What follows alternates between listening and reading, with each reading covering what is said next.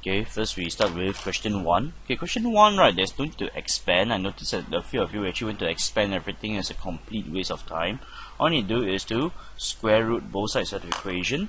So when you square root, you get 2x minus 5 is equals to 6. But notice that when you square root 36, you can get the positive root, which is 6, or you can also get the negative root, which is negative 6, which quite a lot of you actually missed out. So you get 2x equals to 11, x is 5.5, or 2x is equals to negative 1, x equals to negative half. These are the two answers for question 1. Okay, now we move on to question 2, expressing 1960 as a product of prime factors. So the first one I do is I can do a ladder method. You can do that the branching method also is possible. So divide by 2, you get 980. Divide by 2 again, I get 490. Divide by 2, I get 245. Okay, then I will divide by 5. I get 49. Divide by 7, I get 7. 7 one more time, I get 1. So basically 1960 expressed as the product of its prime factors is 2 cubed times 5 times 7 square. That is 1960, and that is question 2. Okay, now I will move on to question 2a rather. Okay, now I move on to question 2b. Okay, question 2b. For question 2b, they say write down the LCM. So I'll write down 10,500 is equals to, as stated in the question, 2 square times 3 times 5 cubed times 7. 1960 is 2 cubed times 5 times 7 square. They say that, okay, the LCM. In this case, the LCM, if we were to read it, it will be 2 cubed times 3 times 5 cubed times 7 square. So that is it. Notice that I did not try to expand it any further because the question actually reads giving your answer as the product of its prime factors over here. See, as the product of its prime factors. So we just stop down there. Next one is 2c. Okay, the greatest integer that will divide both 10,500 and 1960. Actually, what they're looking for is the highest common factor. So in this case, the highest common factor is 2 square, okay, times 5 times 7, and the highest common factor is 140. And that concludes question 2c. Okay, now let's move on to question 3. Okay, the temperature on top of a mountain, at the foot of a mountain, the difference. Always take the larger number minus the smaller number. Okay, so in this case, difference should be 12 minus negative 8. The difference is 20 degrees Celsius, and that gives us 3a. And for 3b, okay, the height of the mountain is 3,200. Given a temperature change uniformly, calculate the height at which the temperature was 0 degrees Celsius. So simply, right, 3,200, okay, divided by 20. So basically, right, I take 3,200, I divide by 20. Because the total height is 3,200, the total change is 20. So in short, right, what I'm looking for here is the height, okay, change per degrees Celsius. Alright, so for every how many meter, okay, I have what change in degrees Celsius, and also then I multiply by 12. Why? Because as we go up the mountain, okay, we draw the mountain here, okay, we start at 12 degrees Celsius. We want to see how far we go before we reach 0 degrees Celsius. That's why the change is 12 degrees Celsius. Then by computing everything, you should get 1,920 meters.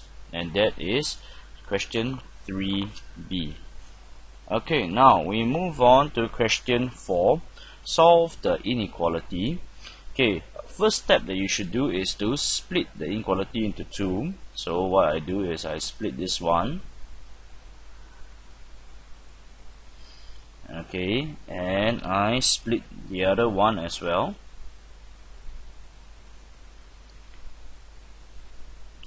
The easiest way around this one is you notice that the lowest common denominator, whoopsie, okay, that the lowest common denominator in this case will be 6. So I multiply both sides by 6. I get 2x plus 7 is lesser than x plus 22.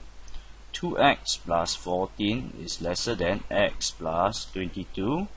X, okay, is lesser than 8. Simple enough. Same thing also here, lowest common denominator is 6. I multiply both sides of my inequality by 6. So I get x plus 22 is lesser than 6x plus 42. Then negative 5x, right, is lesser than or equals to 20. Alright, don't forget when you divide both sides by negative 5, the direction of the inequality sign must change, so x is greater than or equals to negative 4. Okay, here is where we draw our number line. Okay, so let me shift the paper up a bit to draw the number line for you.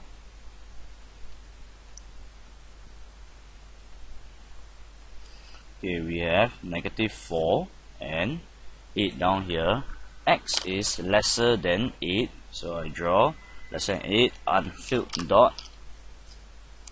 X is lesser than 8. Okay, there's the first inequality there. X is greater than or equals to negative 4. This is the inequality down here like this. Also x, and the final solution, okay, will be this one. We have the black dot and the white dot, and so the solution is x is greater than or equals to negative 4 and lesser than 8. You have to write down the final answer over here just like this. Okay, now we move on to question 5.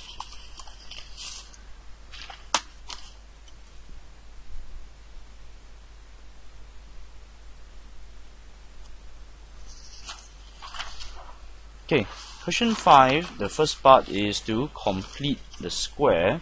So what we do here is this, I write it down, x squared minus 4x plus 3. Okay, remember the first thing we do is we write down the x, the square, the minus. So I divide by 2, I get negative 2, I square is 4, I copy is plus 3. So the completed square form is x minus 2 square minus 1.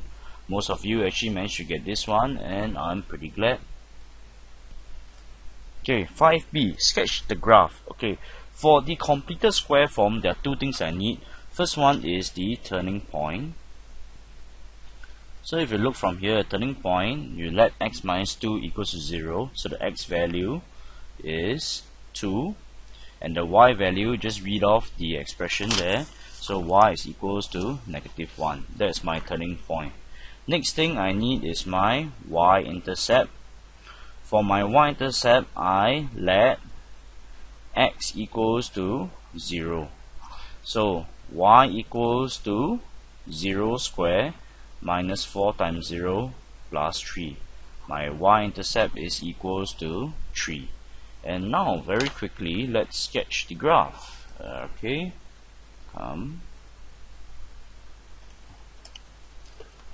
okay, let me try to get a proper pen here.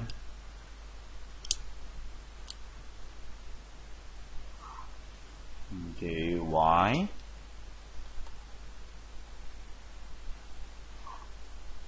x, I know that 2 negative 1 should be somewhere here, 3 is somewhere here. So one good trick is to actually sketch the graph first and then label later. So I sketch it first, then I say that the lowest point here is 2, negative 1, and this point here is 3. Okay, and I will stop the video now, and I will carry on with question 6 in the next video.